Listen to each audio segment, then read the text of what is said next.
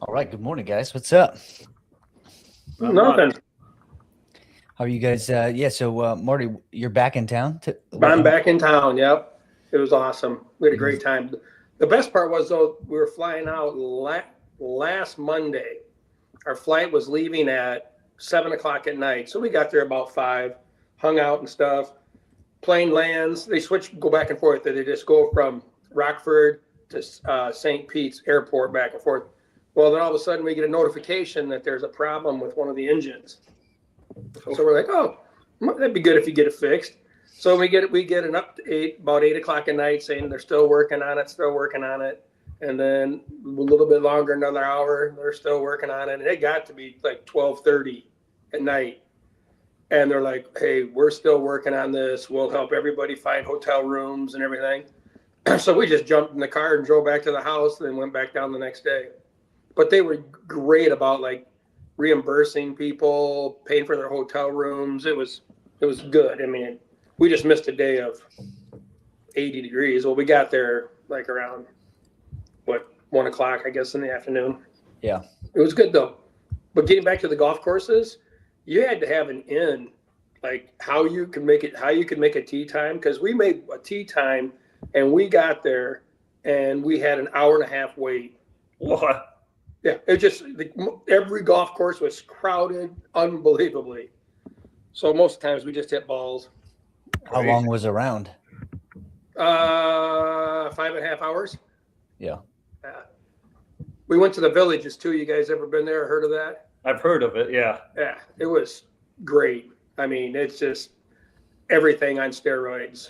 Are you looking to purchase in the Villages? And No way. I'm never gonna. No. Why would you want to buy something if you can go, rent an Airbnb? But they got a brand new hotel, and we stayed there.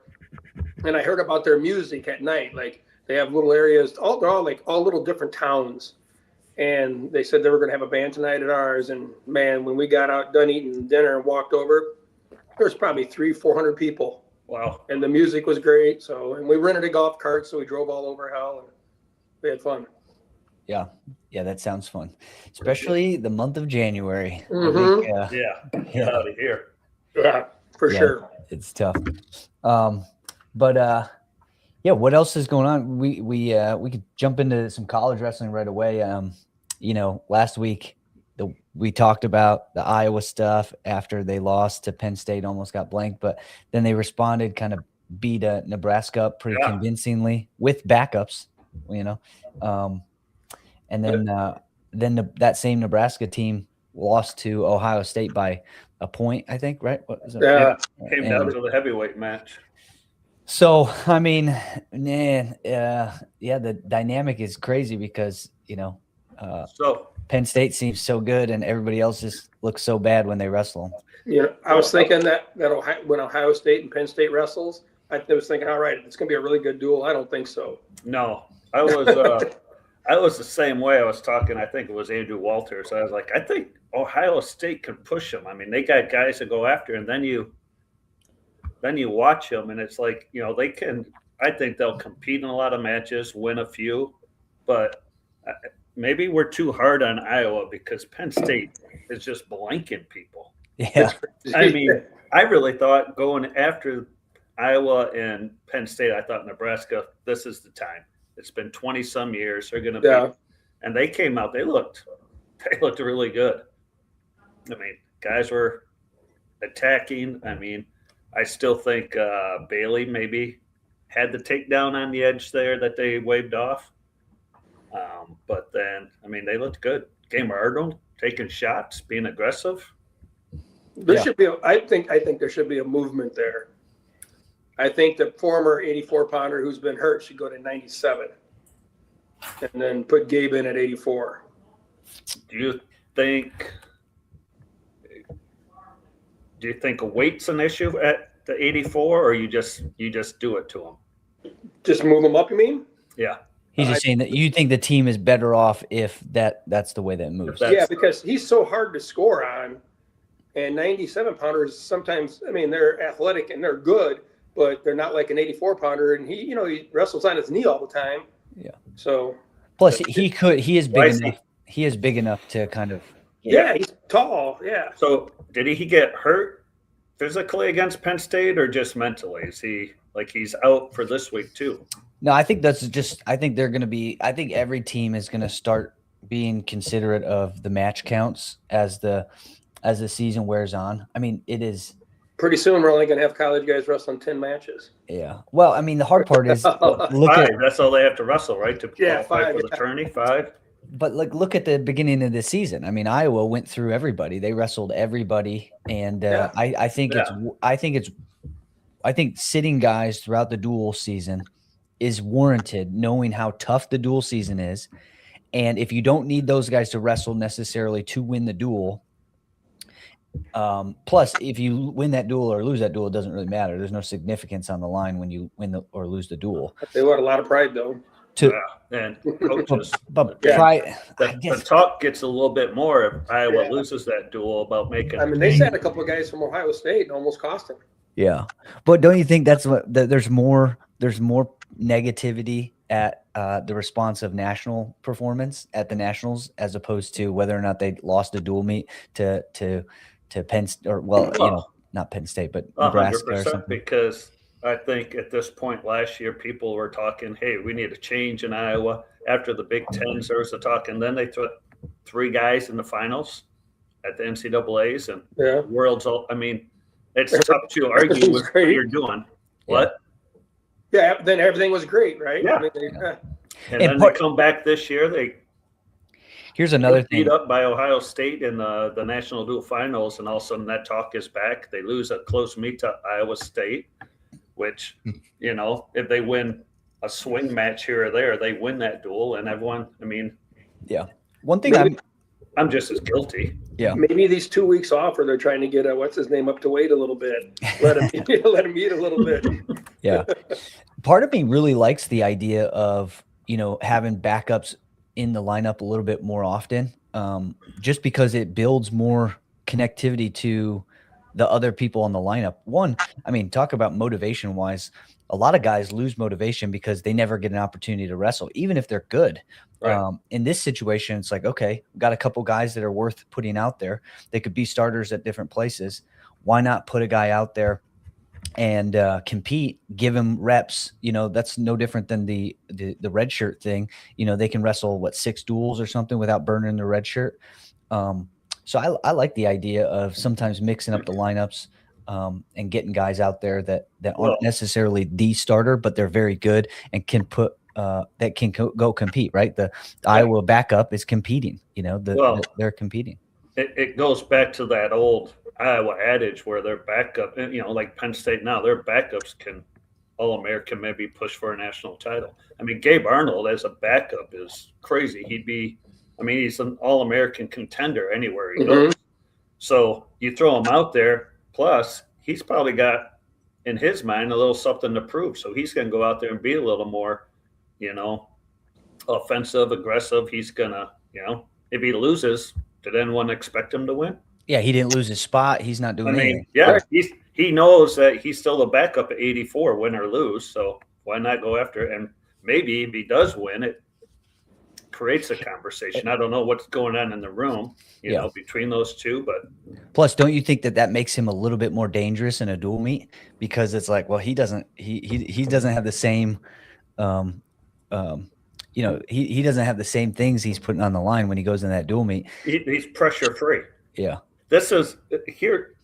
I think Penn State's so good right now. One, they got phenomenal. Those guys just wrestle. They're having fun. You watch them. They're not afraid to get in scrambles. They want to. They're embracing that. Like, let's roll around. Let's see what happens. We tried things. We just have fun. They're not if they win a match and they don't get they're not running off, pissed off. You don't see them mad on the side. Oh, I should have done this. I should have done that. They're just happy to wrestling and having fun. Where I think the Iowa way, they were never satisfied. Oh, I beat them 15-1. Oh, I should have got. They're mad at themselves. They're over there, like Penn State guys are just somebody from what guy? Penn State's just having fun. Points? What's that? What guy from Iowa can score 15 points? There's no. Well, there was a time. There was a time. Yeah. Well, it depends on the. I'm just saying. I think it's a mindset. Like I don't know. Cal's is Mr. Zen. He's the Phil Jackson of college wrestling, where he's just like, hey, let's come in, roll around, have fun. And you can do that because you got that talent. But I mean, they've brought in guys from other schools, and they just thrive in that room. I think it's just the approach and I think that's where like a Gabe Arnold, there's no pressure. He looked a lot different than he did in the past when he's been in the lineup. Don't you think there's a really good chance that Penn State could have all 10 guys in the finals of the Big Ten? Yeah. Yeah. Right? Yeah. And then all 10 in the top 3 at nationals, or top 4, I would say, is very. Yeah. Well, here's the thing. What would be say Minnesota's probably thinking right now that we're not going to be the only team with 10 All-Americans. Do you know what's funny though? This is the funny thing. It's like, so who started the phrase or the goal of 10 national champs? You mean among us? No, like in wrestling, you've heard like, okay, what's the goal? 10 national champs. I don't know. It's Iowa. Since Dan Gable was in charge of the program, there's always been, what's the goal? The goal is 10 national champs. We're hoping to get somebody in the finals this year. Well, what I'm saying is it's kind of interesting and funny that the team that is actually going to likely accomplish that feat is not Iowa. and what happens if Penn State somehow accomplishes the 10 national champs? 10 national. Do they suspend Cale for something? Do they make up something? They're not allowed in competition next year. I mean, you gotta. Don't you think that the NCAA somebody would come up with some new regulation that Cal Sanderson's been cheating? He's not allowed to coach anymore. He has to resign. If you're Cal, you probably just walk away, walk out, put your coaching shoes in the middle of the mat. Said, "What else is there for me? What else do you need me to do?" Yeah, I mean, yeah, he's definitely special. I agree a lot with the sentiment about his Zen approach, his personality, his level of mastery in the game. Everything about Cale Sanderson has elevated the people's perception around him the moment they step around him. There's got to be a Cale effect where the moment you see him, and I remember, a couple years back when the Big Ten tournament was at Champaign, I got a media credential. And at the time, my cousin had neck surgery, and my aunt begged me. I was like, oh, hey, he would love if you got his autograph with this picture that he took at one of the state tournaments with Cale Sanderson. And I remember I took the picture down to Cale Sanderson and I said, hey, could I get you to sign this for me? And like, just that alone, I remember like the feeling of like, holy shit, that's Cale Sanderson. Right. And I feel like he's done such a great job, not just his philosophical and coaching approach now, but all the stuff that has led to him being in the position that he is in. He has an aura that has to be infectious. And again, I've been around, say, Tom Brands, and Tom Brands, I feel like he's going to yell at me every time I look at him, and he's a nice, he has moments of, I've been very cordial with Tom Brands. Last time I was in the room, Morning Star was like, hey, you remember Dalton? He said, yeah, I remember him. Right. So he knows me. I've talked to him a few times, but I still, every time I see him, I'm like, damn, dude, don't yell at me. Yeah. Where Cale just has a different aura. It's definitely something different. So I'm curious about that. If that can be changed, can that be changed? Kind of like when I saw Marty this morning, I thought he was angry. He looked angry. That's just Marty. That's the rust in Marty face. Yeah, that's just it. That's me getting older. Yeah. Yeah. That's a funny thing. We, Kylie and I, whenever we're in the grocery store, we see old guys, and the old guys have a face in the grocery store. It looks like they're always in pain. Well, like they're just walking around in their face. It's not isolated to old guys, because unless you're calling me old, because I hate being in the grocery store. So I walk around with that same face. Yeah. I love grocery store shopping. That's what we're doing after this. I love it. That's the sign of retirement, right? Oh, it is. Yeah, well, there's an old man. The sign of retirement is when you go to the grocery store like 3 or 4 days a week, because you only buy for one day. Yeah. Well, you can put me on that list. We go to the grocery store often. But yeah, a lot of good stuff. Well, college is obviously moving. High school just finished up conference this last week. Hononegah wins another and Nick 10 conference title. How about a shout out to Freeport? Shout out to Freeport. Right, they took second. Yeah. I mean, holy cow. Yeah. What do you think? What do you think about it? I didn't really follow Freeport that much this year, but when I was down in Florida, I kept track of everything, and yeah, I'm like, they're not bad. I mean, they'll be go down to 2A, right? Yeah. Yeah, I think they'll be all right. I think here's the thing that I'm gonna say, and maybe I shouldn't be the bearer of bad news, but Hononegah wins 250 to second place 169.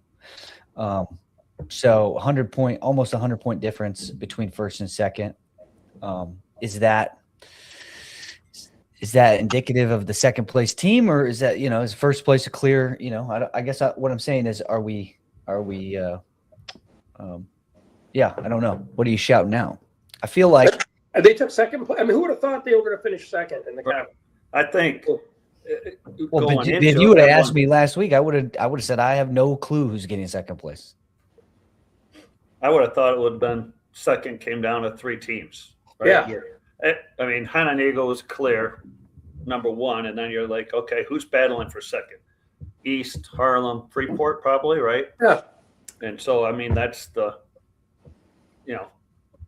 when you can't get first, you want to get that second place. And I think, I think it's awesome. A few years ago, I think their numbers were really down for a little bit there, and I think they've done a pretty good job of getting back up.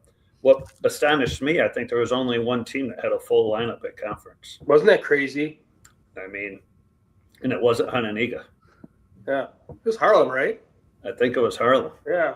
And Harlem's done a better, I mean, they've improved since last year. Yeah. There's some improvement, which is good. It takes time. Yeah. Oh, yeah. But Freeport, I know he wrestled 13, but I think he'll go 6 for the state series. Maybe I think he's ranked number 1. Dudich. Yeah, he's top 3 for sure. He hasn't. He had a good showing at state last year. I think match away from placing, maybe. I think he qualified, but I don't think he placed. Yeah, this year he's looking good. He's definitely on the right track. I guess what I was referring to is Freeport. The last 3 teams to win conference is Hononegah, Belvedere, and Freeport. So I guess I wouldn't put them like out of the expectation of having guys to perform well. I guess what is it going to take to, again, Hononegah's got 4 really good guys, and they've got four good 4 finalists. Yeah, and they got really good they got other team members that are pulling their weight as well. Yeah. Some of the upperweight kids for Hononegah are wrestling pretty good. They started kind of slow this year, but they're starting to wrestle pretty good. You just gotta, I guess, in those weights, you just gotta be able to hang in there and not get majored, not get pinned. Yeah. Can't give up the bonus points. You can't. That'll be for them. I think that's the difference of going back to state. Mm-hmm. One will be, I don't know who they'll draw team sectional, and considering they win the regional, but oh my God, did you see their regional? They're down in DeKalb, right? Yeah, but I mean, it's all the Rockford schools, and I mean, their Hononegah should walk through it. I would imagine. So I haven't seen DeKalb this year much, but yeah, I haven't seen much results. I know they lost to Sycamore, I believe, was the only real dual meet result I saw. But yeah, the DeKalb regional is DeKalb, Hampshire, Huntley, McChesney Park, Harlem, Rockford, Auburn. Oh, Huntley's in? I didn't see Huntley was in it. Rockford, Auburn, Rockford, Guilford, Rockford, Jefferson, Rockford, Hononegah. Rockton, sorry. Yeah. Not Rockford. Not even close to being Rockford, Dalton. Yeah. It's Rockton. Let me pronounce it for you. Rockton. Then the dual team sectional is at Fox Lake Grant, where they're going to wrestle the winner of Fox Lake, Gurney, Warren, Libertyville, McHenry, Mundelein, Round Lake, Waukegan, Zion Benton, or that's Palatine. The regional. These are the regionals that feed into it. Palatine, Fremd. You got Algonquin, Barrington, Buffalo Grove, Carpentersville, Zurich, Lincolnshire, Palatine, and then Rolling Meadows. You got Arlington Heights, Hershey, Evanston, Glenview, Mount Prospect, Northbrook, Rolling Meadows, Skokie, Wilmette, Winnetka. So Oh, I guess So I take that back. I didn't realize Huntley was in the regional. So it's going to be a decent regional yeah. with Hampshire too, because they have numbers. Hampshire's, yeah, they've been improving. Mm-hmm. I mean, the thing you look at, I think going in Hananiga, I mean, yeah, they're going to win. you're probably winning 4 titles, right? Yeah, maybe 5. With bonus points throughout there. So Yeah. that's tough. I mean, so you just have to have a few of your other guys, win matches, get some bonus points for you. I think they win the regional, but then I still think they're going to make it down to state again. It would be great if they could magically find a 106-pounder. is that what they're missing? Yeah. Jeez. So you got to get in the hallway, Marty. Just find little guys. I was the best car salesman you'll ever see. Ask Kevin Sellover. Do you ever remember him at all? Mm-hmm. But yeah, played football for NIU. He was a year away because 215 came in the following year, right? Right, no shit. And the problem was, though, we had this kid named Duncan Mayer who that year, he was 21-0 with 21 pins at 215, but it wasn't sponsored, wasn't part of. Yeah. So it was Brad Lynn, Duncan Mayer, and Kevin Sellover right in a row. Dude. Yeah. But Well, Kevin Sellover said he finally just got sick of me coming to talk to him in the lunchroom. Yeah. So he finally said yes. Well, so speaking of, let's go back to that conversation about how many full lineups at the conference. Belvedere North had 9, Belvedere had 9, Rockford Guilford had 7, Jefferson had 7, Boylan had 4, Auburn had 5, Hononegah had 13, Freeport 13, East 13, Harlem 14. So are they ever going to figure it out at Boylan or at Belvedere and Belvedere North? As far as Consolidating again, Russell. Well, the conference won't vote for it. yeah, they're against That the wasn't co-op. a Belvedere decision. It was a conference decision too. Seriously? That they couldn't? Yeah, the co-op was voted on by the conference ADs, Yeah. right? So after What the I think hell? we had it 6 years, the conference voted against the co-op. That's why it disbanded. Again, the hard part, we could talk about this. One of the frustrations was Belvedere had a pretty solid team come together. They ultimately won conference, won the regional, went on to the team sectional, right? And so some people were pretty upset that the fact that they could have success because they were a co-op team, maybe they would say that it was unfair. The problem is it wasn't viewed objectively, and knowing that, okay, by co-oping, you got a couple good kids to be on the same team, even though all of those kids would have been on the same team if it wasn't a co-op that year. And so people were against it because of the short-term success, but knowing that it wasn't a finished product is ultimately frustrating, because the co-op program would have helped consolidate the teams in Belvedere a little bit longer, I think. So to your point, I feel like it was a quick reaction to a little success that they had. Yeah. Totally.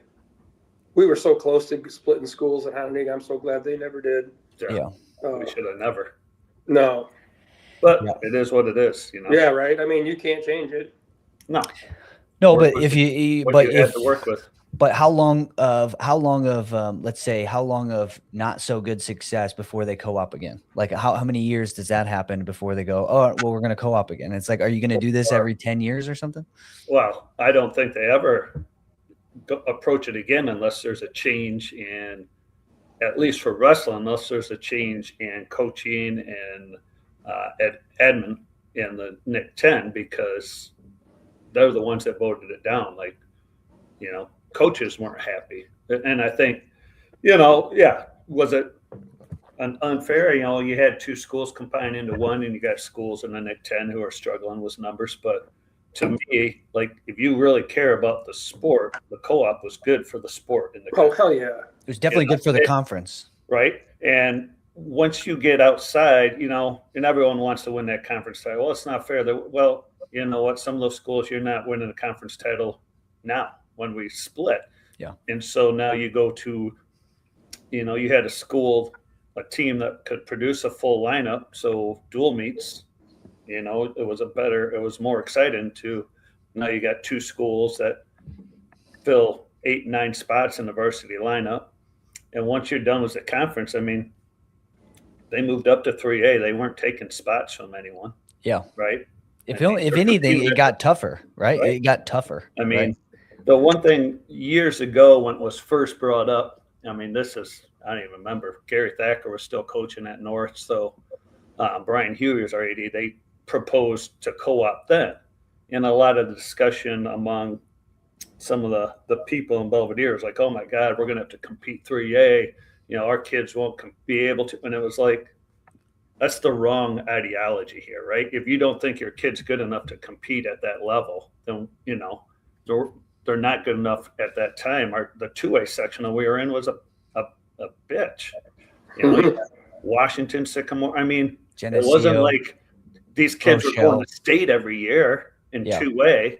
I mean, 3A, they would have been just fine, but not to mention that's a terrible attitude to have when you're in the sport of wrestling. Like you're never going to get anywhere if you're constantly afraid of competitive competition. Right. Yeah, no kidding. So, I mean, I guess somewhat under, if I was coaching at, Auburn or Jefferson or, the schools that are really struggling with numbers, maybe I would look at it differently, say, oh, it's not our numbers. Why can't we co-op? Well, propose it, figure it out. Yeah. I mean, yeah, I think just from our conference standpoint, the Nick 10 conference would be much better served if the Belvedere co-op was engaged. And then, thinking about the Rockford schools, I don't know the logistics. Rockford's a little bit different dynamics as far as travel. Belvedere's not that complicated. It's a 10-minute, 5-minute bus ride, I mean, bus ride. Logistically, but, over the years, the turnover at some of the schools in Rockford from, not just wrestling, but a lot of coaches. I mean, it's tough to find coaches in general. So you need someone who really wants to invest and try to build a program. Then you have to support them. You have like Jefferson. I think they did a pretty good job. When we saw them early in the year, they had really good numbers. I don't know how they finished with numbers, and I don't remember what you said they put into the conference tournament, but 7. Those coaches seemed like they were kind of invested in, so in order for those programs to get better, even in Belvedere, you got to have some support behind, and you have to have someone who's willing to walk the hall and be a car salesman. Yeah. Sometimes they use car salesmen too. Yeah. And it's not, you're a coach for 12 months. You're not a coach from November to February. Year round. You got to be in these, and it's tough. I mean, it's with so much going on with kids and distractions, and you don't know families and what their home life, but you got to be that. You got to be that person that they want to seek out. So, yeah. Now, did they actually have both? Were you able to go to the conference this year, McNames? No, I did not. I was curious. Did they run the JV conference and the varsity conference together? They did. They did this year, and I think it was because of the calendar switch. Yeah, everything getting pushed. So, was it effective? What did you hear anything? I don't know. I had talked to Gene briefly before, and I know the idea was maybe it was Gene that brought it up, but his thing was you should have to fill your varsity lineup before you fill your JV lineup. So, but I don't if you're forfeiting at 113 varsity, but you have a 113 pounder in the JV tournament, they should have to wrestle the varsity. I totally agree with that.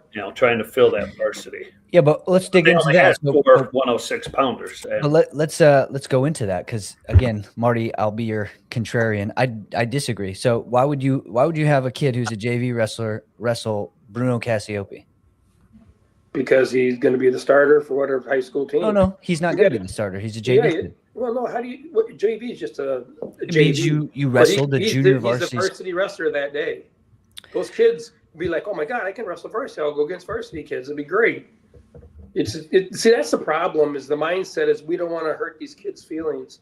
No, but developmentally, that does not help a kid if he just goes and gets straight up steamrolled by a Cassiope. Well, he's going to get steamrolled by one person, but he's not going to get steamrolled in the whole conference tournament. He'll probably win a match. Yeah, I guess it depends on weight classes and the strength of the. You can't run. And I would. Casiopes, you can't run from. That's not. And I would. No, but if you got a kid, say you got a kid from Jefferson or Guilford or even Belvedere schools who just started wrestling their freshman and sophomore year, maybe even 8th grade, and then you go, okay, hey, you're our varsity because we don't have anybody. I don't think that's going to help them. I would say my lineup in the beginning. I would say 2 things here. One, it's the end of the season, right? Yeah. So we're talking about you're going to wrestle the Cassiope boy. It's the last tournament. It's not your very first match you've ever wrestled. Right. If it was the very first duel to meet or this kid's ever wrestled, I'd probably would say, okay, we're not going to throw you out there tonight and get mopped, But at the end of the year, hey, let's put you in there. Hey, I don't know if you guys know this.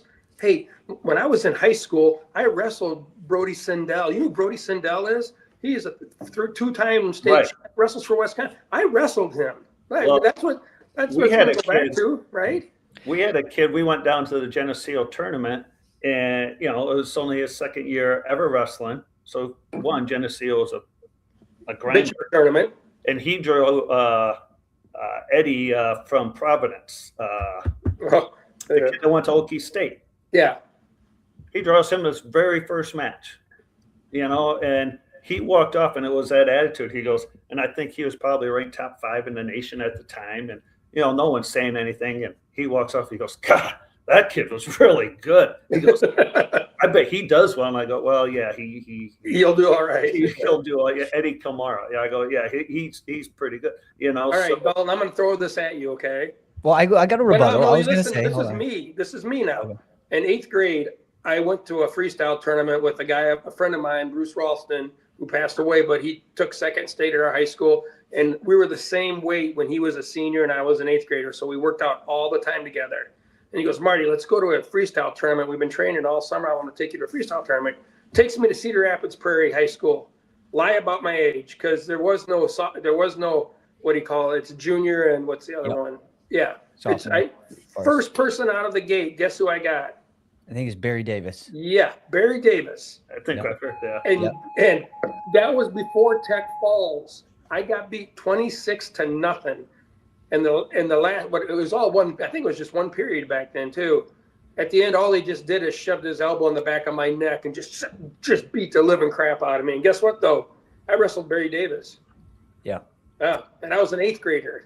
Yeah. Well, okay. So here's my response. Is that why you have that flat spot right here? Oh yeah, he bounced my head so hard. Well, I'm looking at some of the comments, and Buddy commented this, and I think this is where I side. Right. I think it greatly depends on the kid in general. If he is varsity just to fill a spot, but he is 0-10, why not let him gain confidence? Right.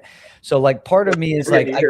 Part of me, I totally agree with you, Marty. I think, one, everybody should find out the truth about how hard wrestling is. Everybody should find out how good the Cassiopes are, right? So that encourages them to know and Sindel. So that when Jackson. Yeah, so when those kids go back to their school and they start dicking around at practice, a coach can be like, "Hey, do you remember what happened this weekend? Right? Do you remember how that felt to get like whooped by that guy? The only thing that's keeping you from being able to not let that happen is the work that you need to put in, right?" So I totally love the idea of giving truth, because that's what is so beautiful about wrestling is if you don't do the work, the truth is exposed, right? Yeah. So I'm totally with that. And I definitely think there's kids, especially with the mentality like maybe you, Marty, where it's like you're not afraid of failure. You're not backing down to the fight. So even if you're not equipped technically, you are ready to ride you're ready to go the rodeo and ride the bull without any experience, and you're not afraid of it. But there are a lot of examples where kids are just getting into the sport. You encourage a kid, you communicate to, oh, you got to come out. You got to come out. He invites his mom, maybe his grandma, and then he gets straight up embarrassed. And then you never see that kid again. Now, is it just because he lacked the individual character to respond to that? Or was it really demoralizing to get the crap kicked out of you in front of your mom and your grandma? Well, here's what you could get the crap kicked out of him at the JV level. Yeah. Are we talking he's at the varsity or he's at JV? I mean, well, in particular, we're talking about going up against a team that like a guy that again, our conference at one time had placers every single weight class from different teams. So it wasn't just big bad Hananiga. right. It was like, oh, you're wrestling this guy this finals match. Oh, Yeah. you're wrestling this guy that finals match. So like what I'm saying is putting a JV wrestler into, Murderer's Row just to show them a lesson or just to prove a lesson. I don't know. It's not proving a lesson. It's giving the kid a chance, and it's filling your spot, because you got to learn that you got to have a team and individuals at the same time. But a team is very important. You're never going to win a conference trophy unless you have a team that has good. It doesn't have to be great wrestlers on it, but kids that are tough. That freaking getting your ass kicked makes you tougher. I mean, that's the problem with our society right now. Right? We're kind of like, we don't want to hurt this little kid's feelings. Right. Well, man, there's things in life that are going to hurt your feeling more than anything. Yeah. And you look back at it and go, oh, you know what? I'm going to be all right. I would agree. I wrestled the Cassiope kid, didn't get pinned. Yeah. I got tapped, but I didn't get pinned. Yeah. No, I totally agree that I think you do get tougher by just experiencing tough things. But I also know if you're completely out of shape and somebody makes you run the hardest workout of your life, you're not going to work out for a while. You're like, the perfect example is let's like football. Okay. Got a football team, one of the kids gets hurt and the other kid's a backup, but we had to bring that backup from the sophomore team because we were even more shorthanded. So that kid who started or even played on the sophomore team, next thing you know, he's on a varsity game getting his butt kicked all over the place. You can't just put a kid in at football. You got to have 11 guys on there. Right. I agree, Marty. Same with basketball, Yeah, the other thing I would actually bring up. So I remember when I was up there at Hananiga, you used to talk about this with middle school kids coming to high school. You said, I want to make sure every kid in middle school has at least 100 matches before they get into high school. Like if they have 100 matches before high school, they're going to be good enough they're going to figure it out. Yeah. Right? So out of 2 seasons or 3 seasons, you got to get 100 matches before you get to high school. Well, I totally agree with that. So what if there was like a match, okay, because again, this goes back to some of the concepts that I hope that we can figure out how to implement, but like a consistent JV schedule that gives these guys 25 matches during the season. So it's like, hey, you're going varsity at the end of the year. You need to figure it out throughout the season. Some of these kids don't get those matches on a consistent basis. And so they're never improving to the point where you're now putting them in that place. That comes down to as a coach scheduling. I mean, there's a JV tournament every weekend you can send kids to. Exactly. If you want your program to get better, you develop a great JV schedule. Yeah. I mean, because those kids, like 100% what you're saying. I mean, if you have a JV kid and they get at the high school level 6 matches during the season, right? Yeah, what the hell? You can't count on dual meets, right? Yeah. And some of these kids will have a 20 and whatever, but I counted all the forfeits from all the dual meets. If these kids are getting 10 or less matches at the JV level, you're not going to develop a good program. You're not. I mean, they're not ready for it. So I mean that, like you said, those kids. I mean, well, again, varsity went somewhere, and I know Marty, you were the same. Varsity went one place, JV you were somewhere else. Yeah. I mean, even if it was 3 kids that you sent somewhere else, they went and they wrestled. Yeah. Yeah. You don't get better.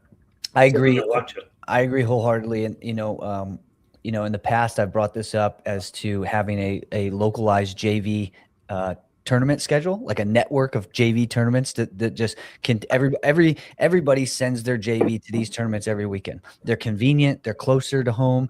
They're just getting really quality matches with the teams, basically an inter squad, a group, between all of the Northern Illinois Conference teams, not just Nick 10, but, out West and down South. And they would develop a lot of matches, and it would be so much easier to have a kid see that development or even have gained confidence, and then you can put them at the conference, and it's not like it's going to be like, the end of the world. Like, so I think I agree. And I hope that we can figure out a way to create a more consistent developmental tournament schedule for the JV. I mean, again, Marty, didn't you guys did those JV duels, right? Yep. Yeah, we brought teams in from Chicago too. Yeah. And again, awesome. Again, Marty at the time, he had so many kids, and I remember this because when I was coaching there, some of the JV or the freshmen had to wrestle in the cafeteria area. They didn't all get to go in the wrestling room because there wasn't enough room. Yeah, there wasn't in the beginning. There was never enough room, so we had a mat and a half out in that back metal gym. Yeah, but it kind of thinned out as the season went on. Certain kids decided it wasn't for them. So by the end, we got everybody in the room. But it was probably in that room were 70 some kids. Yeah. And I usually started with over 100. So I guess my point is, when you have that many kids on your team, you start to think about the JV schedule because you have to, right? You're like, these kids can't just sit home. And I think some of the problems that we're talking about is we don't have enough kids as a spillover into the teams that they're thinking about, these kids need to go to this schedule, this schedule, this schedule. Sometimes the varsity goes to the JV schedules because that's what they are. Well, and you're right. And that's the problem. If you're a program and you have 15 kids, not all of them are varsity, right? But you focus, I'm only going to focus. Where's my varsity going? Well, so you got 4 kids who sit at home. Yeah. Or go to a tournament or you have to. Again, you can't build a program without building a foundation. Yeah. And so you got, and I think, I don't know, I've seen coaches who have gotten away from, hey, we got to make sure we have somewhere for these guys to wrestle. No one wants to go into practice 5-6 days a week and never compete. Yeah. Especially in wrestling. Yeah. Yeah. Well, no, for sure. Hopefully I have some good ideas. I think, I've had some good conversations off air about events, upcoming events, maybe being able to help facilitate events. So I'm hopeful because that's one thing that I would 100% champion and commit to for my own personal sake is I want to develop a developmental system, send the JV kids to a tournament. Let's talk about who they are, who's good enough to kind of climb the ranks. Because I do think that this sport is tough if you don't see a way to the top. If you don't see a way to being good, it can be very depressing.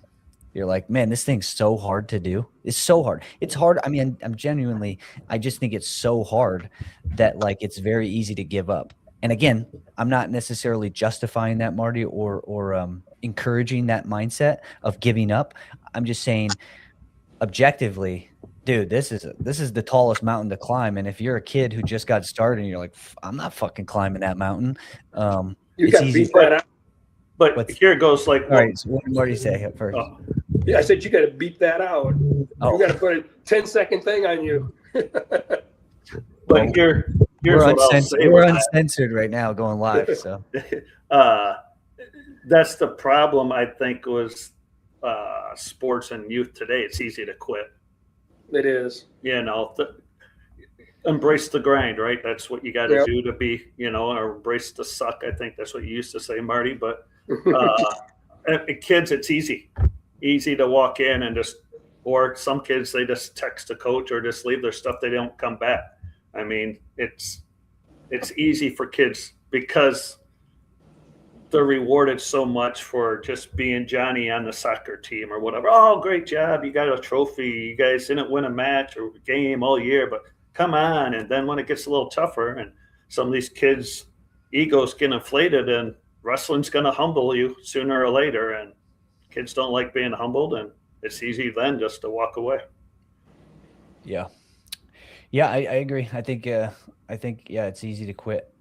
Again, I'm also a big fan of quitting. I think you should do what you love to do. So if you don't like to do something, I think you should not do it. But a lot of people get in. Just don't go back out. Don't quit during the season. Yeah, don't quit during the season, right? Because now that carries over. I don't like my job. I'm just gonna walk out and quit. You think wrestling sucks? Kid, until you get to the real life. Yeah. Holy cow. Again, I agree. I think there's a lot of metaphors. I do think that most people get into sport. I met a kid this week. He came to the gym. He hasn't been wrestling. And he's like, I want to wrestle. And I kept asking him, so what made you want to wrestle? what made you go, oh, I want to try wrestling? I don't know. And I said, is it just because you want to get like, you like the aggressive aspect? You want to fight people? It's like, yeah, kind of. Right. So I think especially young men, right? Like they're going through this like developmental phase through their adolescence and teenage years where it's like, I got some energy. I want to, fight. And, wrestling can be attractive for that. And, trying to, encourage the failure, encouraging like, it's okay to get your butt whooped. And, dude, I got my butt kicked by, an 8th grader on Sunday. But I still went on Monday and got my butt kicked by a high school kid. So, you just got to teach that, model that, and encourage that like, one day you're the hammer, one day you're the nail, just keep grinding, keep going. Don't be afraid of the failure. But again, a lot of people, we say it's easy for them to fail and quit, but it's like, it's not them, right? It's not like children do this. It's like adults do this. We all do this in some capacity. When it gets hard, we stop. So I do think humans in general need to model, being resilient through failure a little bit better. Again, kind of like what you were talking about with Cale Sanderson. One of the reasons why I think Cale Sanderson is so good is I think he models and he truly lives by, it's like, hey, this is just a game. We're just go out there, fight hard, whatever happens, we're just going to learn from it and continue on and play the game as tough as we can. And it makes it more fun, more enjoyable. So I definitely think that we could do better on all of those fronts. But I'll give you an example. Back when I was in high school in the 80s. So I was a 3-sport athlete, played football, wrestled, and I pole vaulted and track. After wrestling season, I was just like, you know what? I don't want to run track. I don't want to do it. I've been a 3-sport athlete since I was in 7th grade. So I didn't tell my parents that I wasn't going to run for track. And I just didn't show up to track practice. And it was like 3 days into track practice, and I come driving into the park or drive my parents' house. And there's my high school track coach sitting on the porch with my dad drinking a beer. And I get out of the car and I go, hey, Coach Scott, how are you? And he goes, Marty, where you been? And then my dad goes, yeah, where have you been? I said, well, Dad, I don't think I'm going to run track this year. He goes, I've been a 3-sport athlete and all that. And he goes, well, we don't let quitters and losers live in this house. So he goes, you got to make a decision. Are you going to be a loser? Or are you going to go back out for track? I think I'll go back out for track. And it was great. I mean, I had a great year pole vaulting and stuff like that, but for my track coach and my dad to sit there and wait for me to come home, they caught me red-handed. But parents aren't going to do that to you anymore. My dad point blank said, you will run track. You will finish, basically. Yeah. It's the cornerstone of life. Yeah. Yeah. I'm with you. I think I definitely think you should, I definitely think adults and parents can make kids do stuff, and I think they should. I do think at some point you have to encourage autonomy, right? But I wonder what age that is, right? Is it really just 18? Okay, 18, now you can make your decisions, or it's like, hey, here's a time you can make a decision. Tell me what you want to do. Or like, how do you approach that as fathers yourself? At what age do you force? What age do you start to give like that autonomy of like, hey, go, I don't like the word force, because I'm never going to force my kid to do something they absolutely hate. But with that being said, if he starts something or my daughter starts, they will see it through to the end. And if they don't want to do it the next year, I'm fine with it. You tried it, you saw it through. You don't stop. So saying you force them to do anything, I don't force them to do. I encourage. And once, hey, my son wrestled for the last 2 years, right? Did okay. This year, he's like, okay, if you don't want to do it, that's fine. We'll go to practices here and there, but I'm not going to force you to do it, because one, he's 10, and if you force them now, they're going to hate it, right? So I don't like saying force them to do anything, but I'm not going to let you quit once you start. Got you. Yeah, when Nate was going through kids club and stuff, he wasn't the best wrestler, so it was a fine machine. But what we figured out was, I never came home. I just stayed at practice. I stayed at the high school, and Marianne would go, hey, Nate, let's go up to wrestling practice. Okay, yeah. But if I would have came home and said, Nate, let's go, you're going to wrestling practice right now, he'd have been like, no, I don't want to go. Yeah. And then he spent his whole life wrestling with Tony Cassiope. So But yeah, I mean, he was one of those kids that, just took a while to mature and stuff like that. But it was a great thing that Marianne came with. He goes, I'll just bring him up to practice. And once he gets in the room, he forgets about it. Yeah. Yeah, there's a lot of things. I mean, I definitely love some of this stuff. We got to figure out how to continue to grow in the area and wrestling in general. But I'm excited about what we've been doing. We got over 20 people hanging out with us, chatting, a lot of comments. So we appreciate everybody to hang out with us and chat, and hopefully this can kind of continue. Last off season, we didn't do a great job, mostly because I like golf and our schedules get busy. But going into this next season, in the off season, I hope that we're a lot more consistent with trying to figure out how we can do some more grassroots support and get the programs more kids out, and then find solutions to the developmental aspect, so that, again, Hononegah is not the only team in the conference that has state champion level kids, because although it's a kudos to Hononegah, we got to have that separated. We got to have more state championship goals from other teams and other schools. So, you guys have been doing good. Glad to get McNames on. He's not fired. Yeah, I thought he was. But he keeps taking days off, though, man. I didn't see my severance package, so I think I better come back. How many sick days do we give him, Marty? Yeah, 0. Hey, sometimes, some of us still have to work for a living, so sometimes I have to. Yeah, well, Marty was in Florida, and he still was able to get on it. You got to tell people you got commitments. You got to tell those school meetings that you have something more important to do. But yeah, anything else, guys? Otherwise, I'll let you go and have a good day. State series is coming up. It's going to be awesome these next few weeks. 4 weeks. 4 weeks. Yeah, that's right. They added that extra week. Didn't they? So we got regionals and then 2 weeks and then sectionals. So. God. Yeah, team sectionals will happen before. That might be good, though, because maybe the snow will melt in Champaign and the golf course might be open. Yeah, that is true. That's the thing I continue to remind people is, like, I know there's been times at the state tournament that it's been like 70 degrees out and we just walk everywhere. So I'm hoping that could be this could be that year. Right? Fingers crossed. Yeah, no kidding. All right, guys. All right. All right. We'll see you. See you later.